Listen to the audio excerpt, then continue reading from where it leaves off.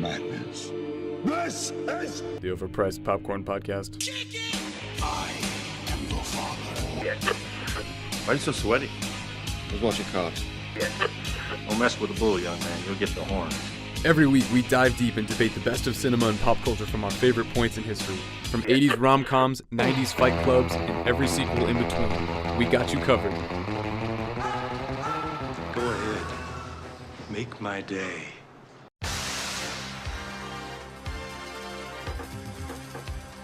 Welcome to the Overpriced Popcorn Podcast. I'm Jack Zipay here with Calvin Bruce. How's it going? Doing all right, buddy. You ready to talk about these 80s? Oh yeah, let's get it. Oh my gosh.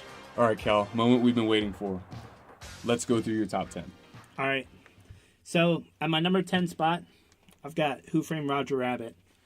And the reason why I have Who Framed Roger Rabbit is because it's just a really cool film, special effects wise, because it implemented animation into the movie with live action. So the cartoon characters weren't the only actors. It was also like live actors actually interacting with animated characters on the screen at the same time. Mm-hmm.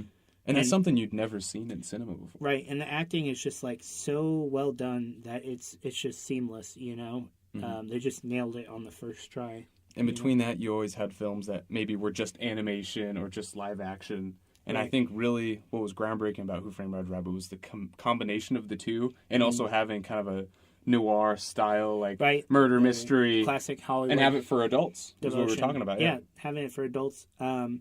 It's not just one for kids. It's also an adult like animation that has jokes that both adults and kids can get differently. So, it's just a really solid movie. Next one is Ferris Bueller's Day Off. It's just really prolific 80s movie. All the scenes in the movie are really well shot, and I really enjoy the music as well. All the actors are really solid, and the storyline's just really thick. I just didn't think it was like as prolific as the other films on my list. Moving up to Empire Strikes Back at my number 8 spot. Oh, gosh. Now, the reason why it's at my number 8 spot, it's like one of my favorite films of all time, but like, I just figured we've already seen it, you know? We don't need to beat the dead horse. It's already pretty much film. Everyone knows what it's about. It's arguably the greatest Star Wars movie made. I don't know. I just feel like it's a timeless movie. It just doesn't like, it's not prolific 80s. It ages well. And even nowadays, like, I know you go around and just pop culture wise, you see kind of like, even with the quotes in the movie, like, everyone always thinks it's a Luke, I am your father, but it's I am your father. Like, because in my number 5 spot, I had Tron. Tron is like all like digital, you know? Yeah. It's kind of practical, but mostly digital effects, and it just doesn't hold up as well. That's why they had to remake it. But yeah, that's true. Not the same with Empire. No. Nothing compared. Even like the remakes now, like even the prequels were all. I mean, they throw in digital characters in the early 2000s, but like, come on, the original versions are good enough. Okay, and then my number 7 spot would be Bill and Ted. It's a typical teen movie. It came out in 1989, which is towards the end of the decade, and I feel like it kind of set the tone for the 90s Hollywood movies, especially for the teen films and television shows. I would totally agree. Keanu Reeves is an extremely like prolific actor, and this is kind of where he got his like kickoff into the acting business. Socrates, the only true wisdom consists in knowing that you know nothing. That's us, dude. Also, George Carlin was in the movie, and he was a really prolific comedian at the time. This is definitely a lot more toned down for him, but he really added to the role a lot as like kind of the guide for the boys. And kind of going back again to like the teen movies of the 80s that kind of defined the culture. Super prolific, of the time. And speaking of teen movies, Lost Boys is a perfect example of a teen movie because it's definitely like it's honestly the Twilight before Twilight. The only difference is that they had motorbikes instead. You know, it's super sick. It's set in like offset like Santa Monica. It has like the horror aspects to it, but it also has like the teen movie drama, romance, all that kind of stuff going on as well. And it's just a really solid movie. I would agree. And all the music is wonderful. And again, the music from some of these movies. Thou shalt not fall. Oh yeah, dude. Like even with like Star Wars, the takes that you have from this, it's just like even with Indiana Jones, like it's all the themes that you just like, remember. Ooh, yeah, 80s themes are like the best themes. Like dun, dun, dun, dun, yeah, dun, dun. And there's just the Star Wars scores, like it's just for sure, dude. Unbelievable. And then what was next on your list? Next one would be Tron. We've already kind of talked about that, but it also like inspired like technology and that kind of thing. Like it definitely opened up the imagination of the people of that time. It was kind of like in the minds of a video game. I mean, Bill Gates and Steve Jobs were like watching this movie when they were like in high school. Could have been inspiration for Apple, honestly, or Microsoft. You never know. Yeah, and all these like cool video games that came out. Yeah, exactly. Just the lights, the colors. It just kind of like the whole thing just screams like, 80s arcade. Oh yeah, that's exactly what it is. Yeah, because Tron was an arcade game that you got sucked into. Exactly. And that's another thing, the arcade games,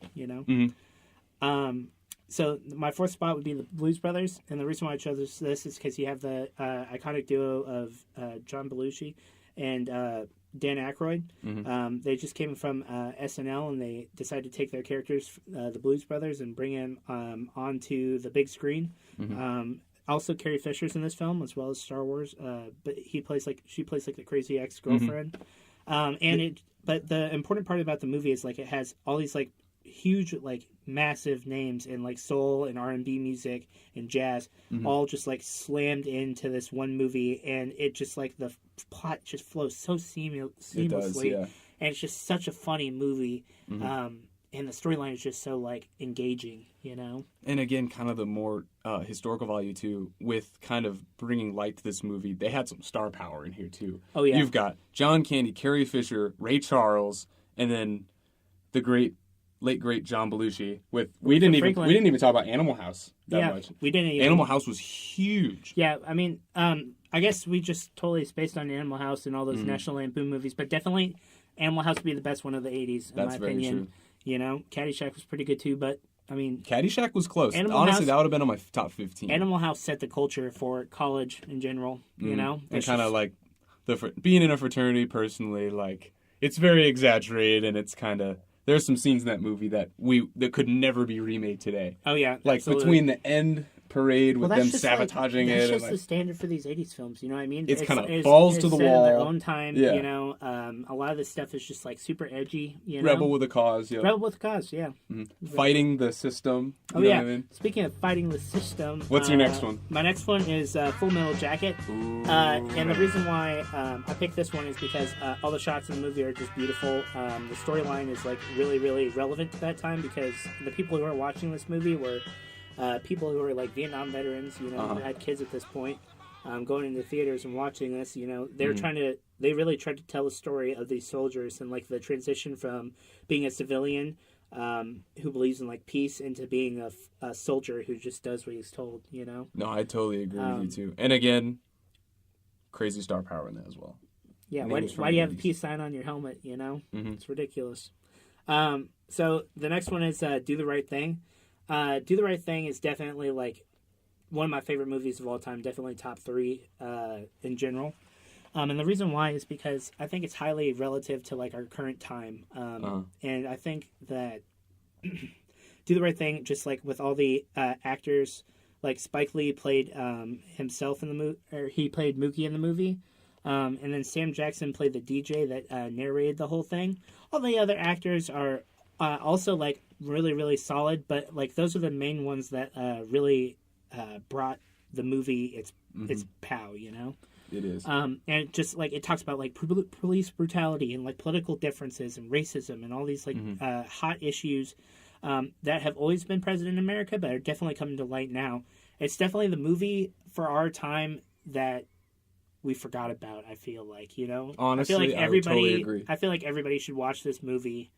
If you're listening to this, watch the movie. Just see what it's about. And going back again to the impact that cinema and you could even argue like music with kind of setting the stage and bringing these issues to the spotlight where before they might have been thrown under the rug. But if you actually make a movie and you get people in the seats and you actually address it in front of you with real life scenarios. Yeah, it's. I mean, film and art is definitely like hugely impactful to just culture in general. And it's only growing each year. Yeah. We've seen that in 2019. Absolutely. Then what's your... Oh, I think I know what your number one spot is. Yo. It's our All right. favorite guy. Marty McFly, Back to the Future, number yes. one. This is definitely the most prolific 80s movie in my opinion. I think that it just really sets the standard for like what it was like to be an 80s kid. And also the really cool part is that like the kids who are like grown up in the 80s, like their parents also can relate to the film because it goes back in time to like his parents. So like everybody can like relate to the film, and like all the culture is like super cool. All the fashion like is coming back right now. It's just like the whole movie is just amazing, and it just really blew people's minds. With the going back in time and time travel, and really like opened up that interest for people. And it's just so prolific that like it just keeps coming back and back and back into culture. There's a Super Bowl commercial this year. Rick and Morty is the most popular TV show on TV. That's true. And it's just literally an adult version. But they travel to different dimensions, And just like the story itself. How do you think of that? That is insane. Yeah, I mean, there's a little bit of incest in there, but it's a pretty good movie, I love the whole trilogy, honestly. The whole trilogy is amazing, Oh my gosh. And just the paradox with like one thing can lead to another. Like even with the whole sports almanac. Oh yeah. And we talked about it earlier, but one of our favorite villains, Biff. Oh yeah, dude. Biff is the worst. He's not like an outrageous villain where he's like going like he's like Hans Gruber, where he's like going out and is like a terrorist. But he's just like that high school bully that you can relate to, and probably someone like that. He's that like 80s high school bully, Yep, he's not like he's like I swear, like I'm gonna beat you up and take your lunch money. Yeah, but it's like it's not even like that intense. You know what I mean? It's literally like a coordinated dance. That's what it is. Like. You can't tell if they're gonna fight or like break dance. You know what I mean? Just because like it's so like goofy. And the thing is, like, teens can watch this movie, parents can watch this movie, and everyone can relate to this. Yes. And at the time that it came out, it was completely relatable. It's just an amazing film, and it's hands down. And it's aged so well too. So well. So that's your number one. Now you focused more on kind of the cinematic, like with shots and kind of the historical colors, and everything like that. Stuff. Mine's more kind of cosmopolitan with my list. It's more like the generic teen rebellion. So my dark horse again, Footloose, Kevin Bacon, boom, dancing is banned. Man. We are going to bring it back. Never could totally happen in real life. I doubt it. Oh my god. That would not happen. That scene where he's in the barn dancing and he's like jumping and flailing, doing gymnastics. Well, they did that thing in Rick and Morty where like the alien son was like dancing around like Footloose they did, in the warehouse or whatever. Yeah, they do that. And the way like they relay back to these 80s movies, it's just the characters are so memorable. Oh yeah. So 10, Absolutely. Dark Horse, I know you hate it. Footloose at 10. Karate Kid at number 9. I think really kind of, again, with like the teen rebellion, kind of the memorable things you got from that, the crane kick in the karate final. You got Sweep the knee. You got Mr. Miyagi, kind of this rebellion story of just kind of coming from like being new in town. We've always kind of been there, like trying to fit in. That's the same thing with the Lost Boys, like a bunch of videos. Exactly, It's like new kid in town, And kind of going back to it, just the scenes and the characters that you just remember. And even talk about, like, today, how they had that Karate Kid movie a couple years ago, right? Mm-hmm. Yeah, but Jaden Smith. Oh, my gosh. And people just forget about that. They just, like, try and remake the films. Karate Kid 2 and 3 were, like, not that good, I'm going to be honest. The first Karate Kid was just so good. And honestly, like, Jaden Smith's version of Karate Kid was pretty good. I enjoyed it. It's definitely, like, one of his better films that he's done, but... It just doesn't stand up to the original. A lot of the remakes of the 80s movies just don't really stand up that well. And you see that with, like, the Tron movie. Yeah. And... thank God they haven't done Back to the Future again. Yeah. You see, like, old Vietnam movies being made all the time. Like, every year they're pumping something out. Yeah, they're just trying, Trying to make that money. Get that bread. For sure. But otherwise, so I've got Footloose at 10, Karate Kid at 9. Everyone's favorite Christmas movie, Die Hard. Oh, yeah. At 8, Bruce Willis falls such a to the solid wall. action film. Hero but it's also villain. a Christmas movie. Surprise! It's one of my favorite Christmas movies. It honestly set up the there stage with for Elf. like hostage films. Oh yeah, You and I like it was set before 9/11. Like the whole story of just like these terrorists coming in and just kind of taking over, and like you can relate to Bruce Willis's character. You really can. Extremely like he's just a guy from humble beginnings, the cop, and he's just kind of like trying to get out of the situation. Yeah, but he keeps getting sucked in. He had to go, but like keeps getting stuck on glass. Yeah. And then so that's 8, and then of course everyone's favorite teen movie, 16 Candles. At number 7. Today. Oh my god. You could not make that today. Movie is extremely... Especially since they had a character in the movie called... It's not controversial, named but that's because Long it came Duck, out in the 80s. Long Duck Dong. Long Duck Dong. You yeah. could not have a Long Duck Dong in 2019. There are going to be people protesting at Warner Brothers if they make this movie. Exactly. Like, shot for shot, they cannot make it again. But also you've got Molly Ringwald as kind of another 80s face. She's extremely prolific, as Samantha Baker. And it's kind of like, I could even relate to like her character a little bit. Oh, with kind of like, you're kind of like high school. I know everyone hates high school. Mm-hmm. You look back and you're like, the drama that you had back then compared to now, it's like, I used to worry about asking someone to prom, and now it's like, I gotta pay rent. Right. Like, it's kind of the drama that it doesn't, it's definitely at the time, high school drama. Yeah. But I think that's what a lot of these movies speak to. I know, again, with Ferris Bueller and, like, The Goonies, and especially 16 Candles. All of those, dude. All of them, man. And you can kind of get a feel, and I think that's why they've aged so well, is because they're so relatable. I feel like everybody. Molly Ringwald is definitely, like, the most, like, a prolific actor in that genre, She Her and Anthony Michael Hall yeah, absolutely. is also huge. In my next option, or my next pick at number 6 was Breakfast Club. Yep. And again, with kind of the clickiness of high school kind of going down. With, like, you got a bunch of misfits like, coming together. You got the geeks, the greasers, the sportos. Yeah, but they all get along, in the end. And that's what it's all about, is just coming together. Like, you're all there for the same reason, to get an education, but sometimes you get so caught up in trying to be cool, trying to be someone you're not. Right. And I think that's why Breakfast Club has... I know we talk about these movies aging really well, but it's just, again, so relatable. And it's like, everyone in high school, you put label on people, like, based on who you hang out with, maybe if you play a sport, if you're in, like, a certain club. But I think this really makes everyone look human. Like, we're all human here. And it doesn't matter where you're from. We've all got different experiences, but with the Breakfast Club, it really kind of shows how people can come together to overcome a common goal. Yeah, absolutely. I agree. And then so... That was at 6. I've got Goonies at 5. Goonies is one of those where it's kind of like a dream as a kid. Yeah, it definitely going on an sparked the adventure like this. imagination of kids, of that generation. And again, with the Goonies, you've just got total star power in it too. Mm-hmm. Like you've got your boy Thanos, you got Josh Brolin in there. Your life. First, you gotta do the truffle shuffle. Come on, do it. Come on. Do it! And then you've got Jonathan Keyquan, who was Short Round. And then that's another 80s face, too. Yeah, definitely. He was definitely, like, all in those, kids' movies during side the 80s. roles. But then you got a lot of these people from the 80s who, like, this was their 5 minutes. Yeah, definitely. Especially when you're a kid actor, like, that decade was definitely, like, these people are here this decade and they're gone. They're gone the next. And then you've got people like Harrison Ford who just keep cranking out movies and are on. He's in a Super Bowl ad recently for Amazon. Like, you see that all the time. And then, speaking of Harrison Ford, number 4, Raiders of the Lost Ark. Oh, yeah. Lucasfilm's masterpiece to really set off the Indiana Jones series. Lucasfilms was just killing the decade, honestly. There's blockbuster after blockbuster. It goes Star Wars, Indiana Jones, just right, left. It's like you're competing against yourself. Oh, yeah. And it's so crazy with the whole blockbuster. They just completely dominated that genre, the whole area. And we're really talking about moneymakers with that. And they even had the remake with Kingdom of the Crystal Skull, which was an awful movie.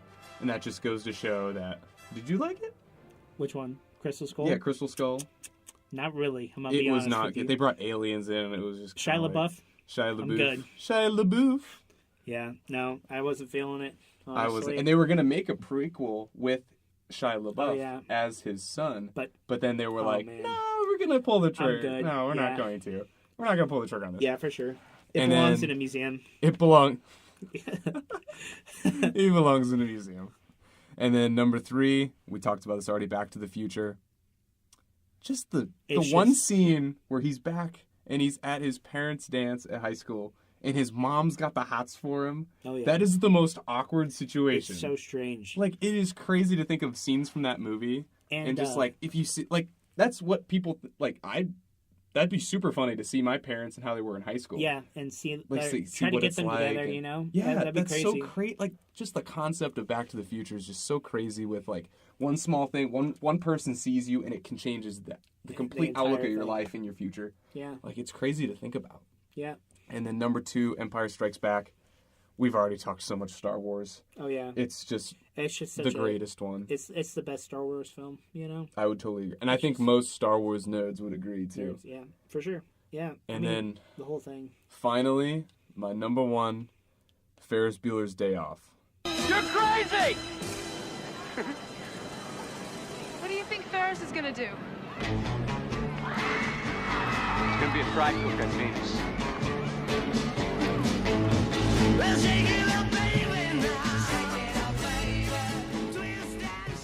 Honestly, probably one of my favorite films ever. Yeah, it's really solid. It's definitely a solid choice for the 80s. It's just like in my opinion, the standard for the teen rebellion movies. And you've got Matthew Broderick just going all out. He's like that cool friend that you want in high school. Oh yeah, but he's you the cool know, person that you want to be in high school. he's that guy that's you're gonna have memories from. Like, he's not gonna, like, you know, with high school you forget a lot of the stuff, Oh, but yeah. you have these key memories that were just like, this was so much fun, or like, this was so rebellious. Mm-hmm. He's that friend that you want in high school Absolutely. to make memories with. And I know we were talking about this earlier, just kind of like Everybody has the a kid, memories, you know. and just kind of living life. It's to the just all fullest. the characters are so relatable, and the actors do just such a good job of like showing what it's like to be growing up in that area, you know. Mhm. And just like the anxiousness of like moving on in life and going on and doing something else, it's kind of scary, you know. It's like, as Drake said, you only live once. Yeah. You have one life. You might as well live it to your fullest. And you've got Ferris Bueller's best friend Cameron, who's kind of the nervous Nelly. Yeah. Like, we all have friends like that. Extremely relatable. The more they're like, I'm gonna stay in and not risk it. I'm not gonna skip school. Yeah. And then you've got Ferris Bueller's girlfriend, Sloane. She's like a dime. Mia Sarah. She was one of my first crushes as a kid. Now, guaranteed, like, I'm a 90s baby. We weren't even born yet when this came out. for But sure. I remember watching that movie as a kid. I'm like, she is a babe. Yeah. She's definitely that cookie cutter, like kind of 1980s, female. You know? But they bounce off each other so well with their energy, and it's kind of well, all three of them do. You know, they really do, and there's Yeah. kind of like 3 different stories, and that's why I think it's so relatable to kids. And I know we were talking earlier about kind of the culture behind it. I know music has a huge part in it with the whole MTV scene, with the Teen Rebellion. We talked about like it's just Prince, full of pop Madonna, culture references. You know? Just full of it. It isn't with a And- lot of these movies, But it's too. just like all the 80s movies are just like the 80s pop culture is just so ingrained in them that it's become a part of our own culture. You know what I mean? Exactly. Well, those have been our top 10s, and we've discussed a little bit about the culture. Yep. Next time, we're going to hit you up about the 90s. Let's That is go. going to be a good show. Oh, yeah, I'm it is. excited. I can't wait to make the list for that. Thanks You've for listened to the listening. Overpriced Popcorn Podcast. This has been Jack. And Calvin. We'll catch you next time. I said it before and I'll say it again. Life moves pretty fast. You don't stop and look around once in a while, you could miss it.